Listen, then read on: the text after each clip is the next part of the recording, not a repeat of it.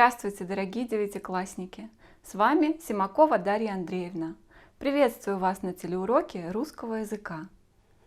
Тема сегодняшнего урока напрямую связана с вашим успехом в жизни.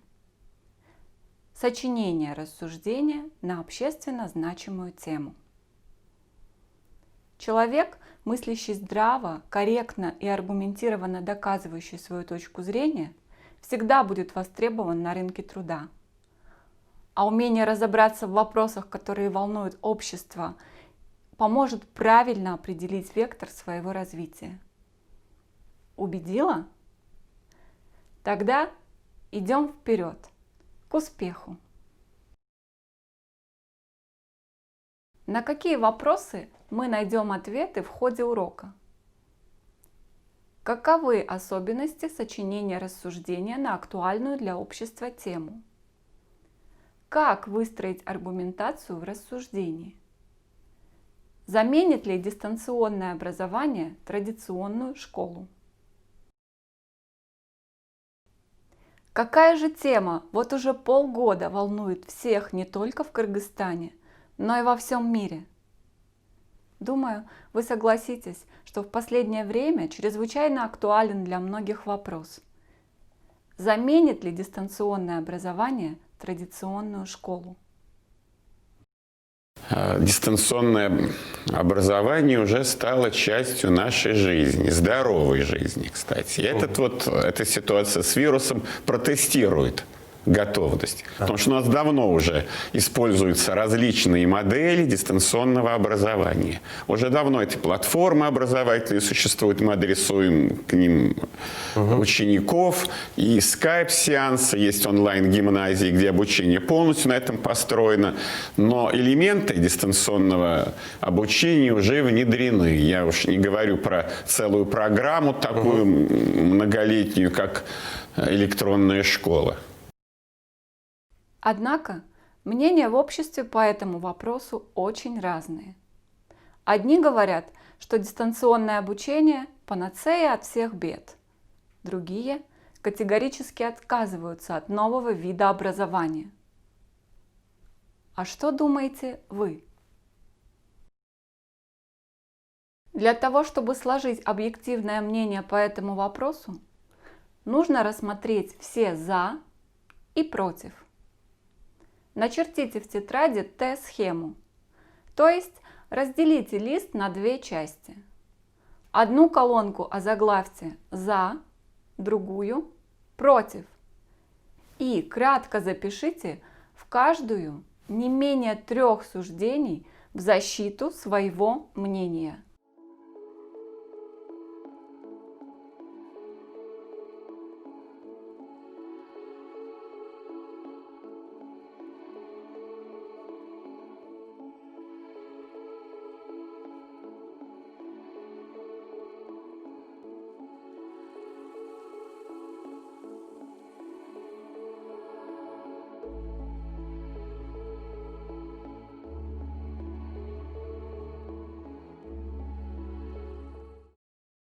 Возможно, у вас могут появиться следующие доводы. Уверена, ваши доводы «за» и «против» больше и интереснее. Можно всегда сослаться на неполадки и пропустить на законных основаниях урок, который тебе не очень нравится. Да вот только потом этот пропуск скажется на результатах онлайн-теста в режиме ограниченного времени. Лучше перейдем к следующему этапу нашей работы. Теперь оцените написанные доводы и напишите собственное мнение по теме. Я считаю, что. Закончите предложение.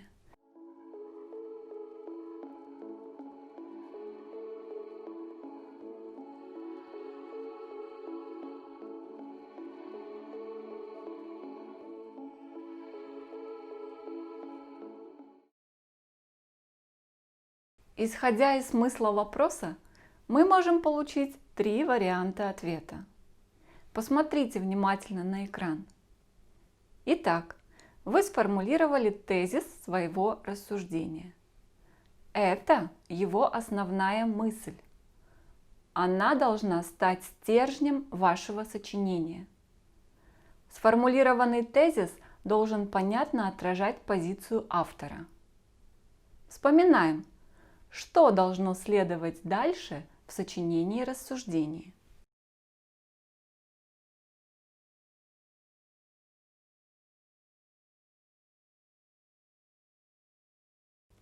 Вы уже знаете, что полное сочинение рассуждения состоит из 3 частей.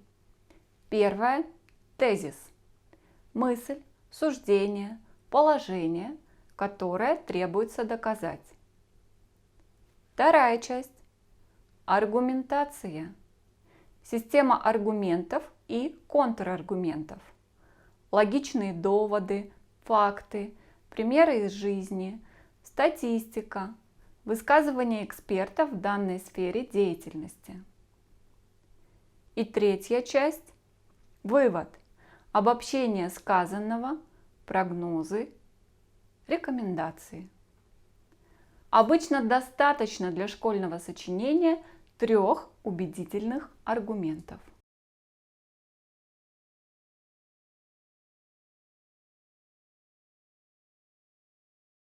Вы уже сформулировали тезис. Ответим теперь на вопросы. Как выстроить систему аргументов и контраргументов? Какой аргумент считается сильным, то есть более убедительным, а какой слабым, менее убедительным? И как строится контраргумент? В нашей постоянной рубрике «Слово дня» сегодня слово «аргумент». Слово пришло в русский язык из латинского и дословно переводится как «доказательство». Аргументом называется утверждение, с помощью которого человек обосновывает определенное положение с целью убеждения кого-либо в его истинности. Какова структура аргумента? Вы удивитесь, но аргумент имеет такую же структуру, как и само сочинение рассуждения. Тезис, утверждение, опровержение антитезиса, объяснение, поддержка, высказывания экспертов, факты, примеры из жизни и вывод. Каждый аргумент раскрывает, уточняет основной тезис вашего сочинения. Но будьте внимательны, сформулированный тезис в аргументе – это еще не сам аргумент, а только его часть. Он должен быть простым для понимания и выражать одну идею. Тезис должен быть утвердительным. Приведем пример тезиса. Дистанционное обучение уверенно занимает позиции в качестве основной формы обучения в школе. Аргумент в пользу дистанционной формы обучения. Дистанционное обучение недоступно для большинства школьников Кыргызстана. Аргумент с позиции против дистанционной формы обучения. Итак, тезис сформулирован. Далее должны идти объяснения и поддержка. Приведу примеры. Объяснение помогает читателю лучше понять текущую ситуацию. В нашем случае оба автора описывают ситуацию, связанную с пандемией. Но как? Обратите внимание, в первом случае используется нейтральный глагол «перевела». Во втором заставляет перейти. Указывается на принуждение.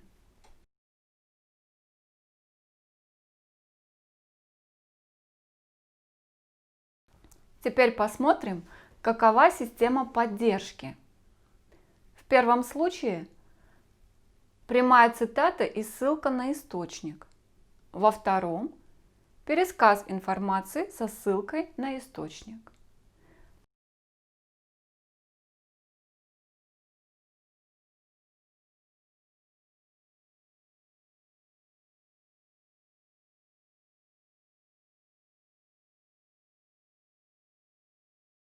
Каждый аргумент подкреплен выводом, обобщением уже сказанного.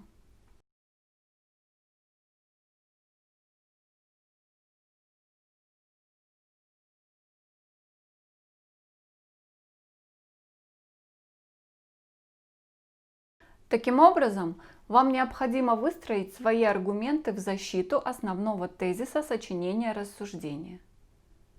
Помните, аргументы должны рассматривать проблему с разных сторон, но логически они должны быть связаны.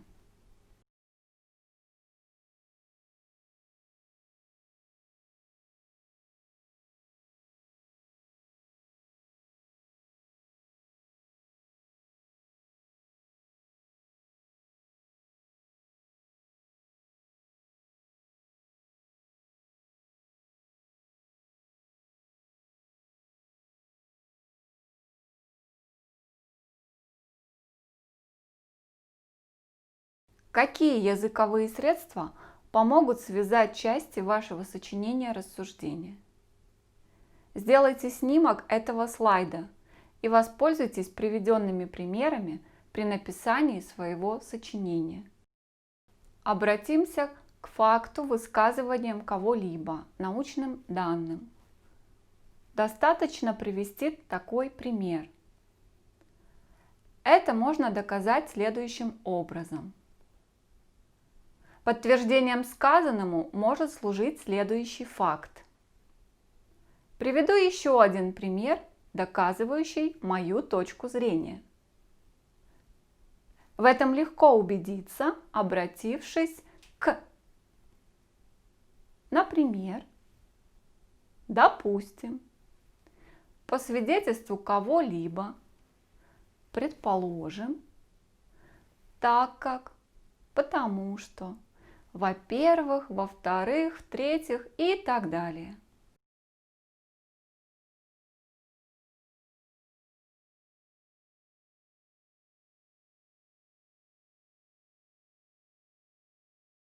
Какой аргумент считается сильным в аргументации, а какой слабым?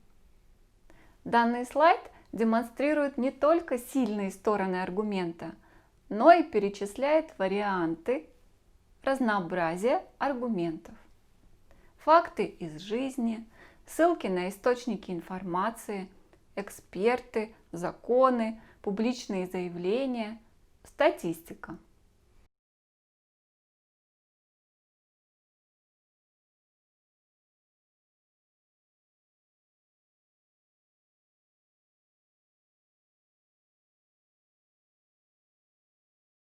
К слабым сторонам аргумента, и они тоже разнообразны в своей вариативности, относятся умозаключения, основанные на двух или более отдельных фактах, ссылки, цитаты на малоизвестные источники с сомнительным авторитетом, доводы личного характера, вытекающие из обстоятельств или диктуемые эмоциями, обобщения, сделанные на основе догадок, предположений или ощущений, выводы из неполных статистических данных.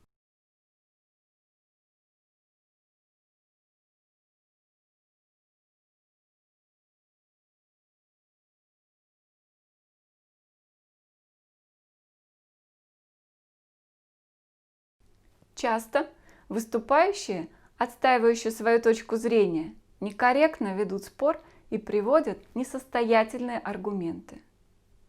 Рекомендую не использовать эти уловки в сочинении рассуждений. Примером такого аргумента может служить следующее высказывание. Дистанционное обучение – это чуждое для нашего народа обучение. Или вся молодежь Кыргызстана поддерживает дистанционное обучение.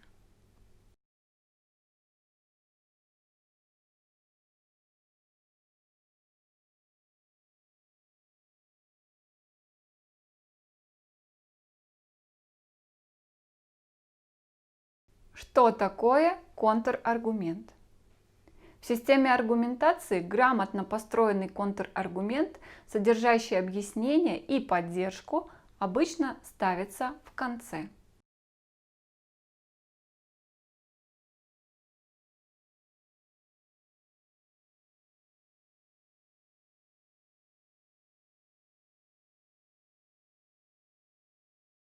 В конце работы следует сделать вывод. Он углубляет тезис, содержит явные или неявные советы, правила, предлагает прогнозы. Риторический вопрос предлагает читателю сформировать собственный взгляд на проблему. Например, а как вы считаете, дистанционное обучение – это наше завтра?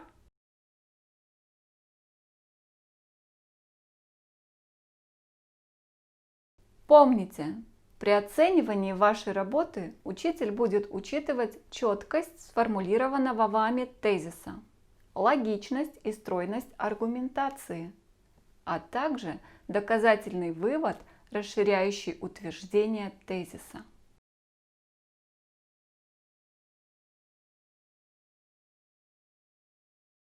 Выполните домашнее задание. Используя информацию этого урока и ваши записи в черновике, напишите сочинение рассуждения на общественно значимую тему. Заменит ли дистанционное образование традиционную школу? На этом наш урок завершен. Благодарю за внимание. Рассуждайте с удовольствием, творите. У вас все обязательно получится. До новых встреч!